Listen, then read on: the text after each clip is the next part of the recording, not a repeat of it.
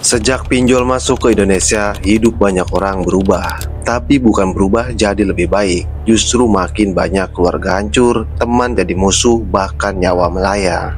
Dan yang lebih parah, hampir semua orang gak sadar kalau mereka sedang terjebak di dalamnya. Bayangin kamu cuma butuh uang 500.000 buat bayar kontrakan. Diikan pinjol bilang, ajukan sekarang, cair dalam hitungan menit. Tanpa pikir panjang, kamu ambil pinjaman tersebut. Tapi yang masuk ke rekening cuma 430.000. Sisanya potongan biaya admin, bunga, dan entah apa lagi. Minggu depannya kamu diminta bayar 500.000 plus bunga pinjaman. Kalau telat, bunga makin gede, denda bertambah, teror mulai datang. Bahkan foto kamu disebar, nama kamu difitnah, keluarga ikut kena mental. Ya, dan inilah penyebab kenapa masyarakat Indonesia gak baik-baik saja sejak ada pinjol. Pinjaman super mudah, jebakan super dalam. Syarat cuma KTP, proses instan tapi bunganya mencekik. Banyak orang nggak sadar bunga harian bisa sampai 1%. Kalau dihitung-hitung itu bisa lebih dari 200% dalam setahun. Tapi sayangnya nasabah yang ada di Indonesia ini tidak sadar akan hal tersebut. Padahal kalau dihitung mulai dari bunga layanan, bunga denda, bunga potongan, itu dihitung-hitung bisa lebih dari 200%. Coba kamu pikir-pikir lagi dan ingat-ingat lagi, apakah faktanya emang seperti itu? Gali lubang, tutup lubang pinjol, ambil pinjaman baru buat nutup yang lama. Pinjol pertama belum lunas, udah daftar di pinjol yang kedua, ketiga, sampai belasan. Akhirnya semua gaji habis buat bayar bunga, pokok, tapi hutang enggak berkurang. Nah, hampir semua nasabah pinjaman online sekarang berada di fase tersebut. Bukan gaji mereka yang tidak cukup, tapi emang sistemnya yang membuat gaji kita tidak cukup.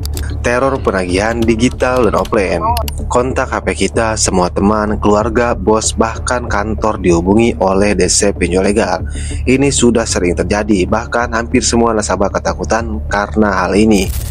Foto dipasang di media sosial dengan tulisan penipu atau peminjam kabur. Emang hal ini tidak banyak, tapi beberapa di luar sana itu mengalami hal seperti ini. Ada yang sampai datangi DC lapangan. Ya, karena beberapa pinjol legal itu memasang DC lapangan. Buat kamu yang tidak tahu pinjol apa saja yang memiliki DC lapangan, ada deskripsi video ini untuk linknya. Minimnya edukasi keuangan, banyak yang pinjam tanpa menghitung kemampuan bayar. Jadi kita hanya meminjam saja tanpa menghitung apakah kedepannya akan kita mampu bayar atau tidak. Ya, saya tidak bisa menyalahkan, karena yang namanya butuh pasti kita ambil cepat kan. Tapi kalau kita menghitung buat kedepannya dan kita jaga-jaga, ya seenggaknya kita bisa tahu kalau kita tidak mampu bayar, dan kita harus persiapan buat jaga-jaga kalau dipastikan nantinya kita gagal bayar di pinjol legal tersebut. Karena kebanyakan nasabah pinjaman online yang kena mental karena tidak ada persiapan. Nggak tahu kalau ada jalur hukum buat melawan penagihan ilegal. Nah, meskipun pinjol legal ya, tapi kalau penagihannya ilegal, kamu bisa melapor, entah itu ke pihak berwajib ataupun ke pihak OJK. Cara-cara seperti itu udah saya share di video-video saya, kamu bisa langsung simak saja. Dampak sosial dan psikologis. Stres, depresi, rumah tangga berantakan.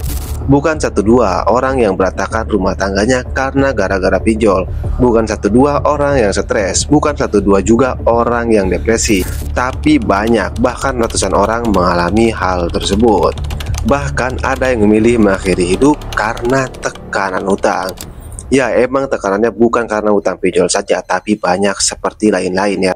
Jadi, apa yang harus kita lakukan dan bagaimana solusinya? Gunakan mekanisme resmi. Nah, hampir semua nasabah pinjam online tidak tahu kalau sebenarnya kita itu bisa loh membayar hutang tanpa sepenuhnya kita bayar. Asal kita mengajukan restrukturisasi atau pemutihan bunga denda ke OJK atau ke API. Ini sudah disarankan oleh pihak OJK kalau kita gagal bayar. Nah, buat kamu yang tidak tahu caranya, kamu bisa simak video saya yang ini. Untuk linknya ada di deskripsi video ini. Kamu bisa langsung klik saja. Dokumentasikan semua ancaman dan bukti teror penagihan. Ini penting sekali buat bukti nanti kalau kamu mengajukan restrukturisasi atau pemutihan bunga denda ke OJK ataupun ke API. Dan cara seperti ini bisa jadi jalan untuk menghentikan teror atau kamu untuk membayar pinjaman tanpa sepenuhnya kamu bayar.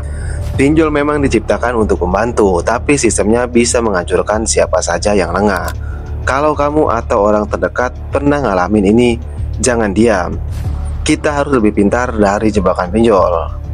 Jadi bagaimana pengalaman kamu? Tulis di kolom komentar, biar kita saling menguatkan dan ngasih tahu bahwa kita nggak sendirian. Oke, saya Kang Galbay, sampai jumpa di video berikutnya.